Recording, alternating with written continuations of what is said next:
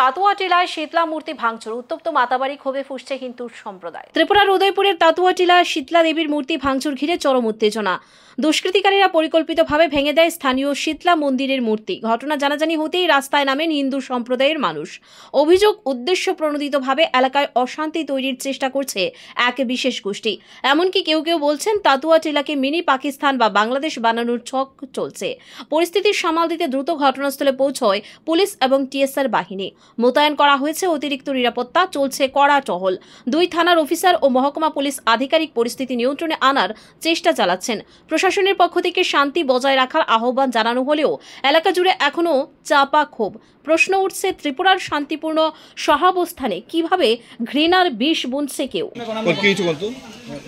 বাংলাদেশে যেভাবে আমরা দুর্গা মূর্তি কাটালে তো দুর্গার মাথা কাটালে তো দুর্গার জিব্বা কাটালে তো দুর্গা নিয়ে ফালাই দিত, আজকে ত্রিপুরা রাজ্যে উত্তর চন্দ্রপুর তাতুয়া টিলার সেইভাবে ঘটনা। আজকে আমরা ভাড়া প্রতিবেশী সবাই মিলে মানুষের থেকে ভিক্ষা করে না এই মন্দিরটা করছি, মার পূজা করছি। আজকে 7 দিন হয়েছে না আমার মার শীতলা মার মাথাটা কাটালেছে।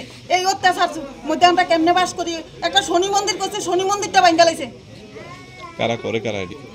করে কারা আমরা তো নিজে চোখে দেখছি না। আমরা যারা হিংসা করে তারাই এই কাজটা করতে আছে। আমরা যারা হিংসা করতে আছে, আমরা যারা এই পাড়ার প্রতিবেশী আমরা মিটলা থাকতাম বুঝলে দিতে আছে না, তারাই ভাবে আমরা অত্যাচার করতে আছে। কিছুদিন আগে এখানে আরেকটা শনি মন্দিরে নাকি শনি মন্দিরটাও ভাঙা লাইছে।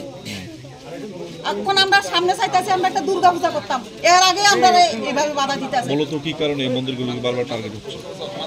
তার মনোবৃত্তি কি কি আমরা এই দেশে কি থাকতে দিব, না আমরা এই দেশে পাকিস্তানের মতন কি বাইর করে দিব? মোবাইলে টিভি আমরা দেখতে আসি, আমরা মহিলারও তারা পাকিস্তানে পর্যন্ত কি কিছুদিন আগে একটা টিভি একটা মোবাইলে দেখাইছে, আমার মাইয়া দেখাইছে কিভাবে অত্যাচার করতেছে আমরা হিন্দু মহিলার উপরে।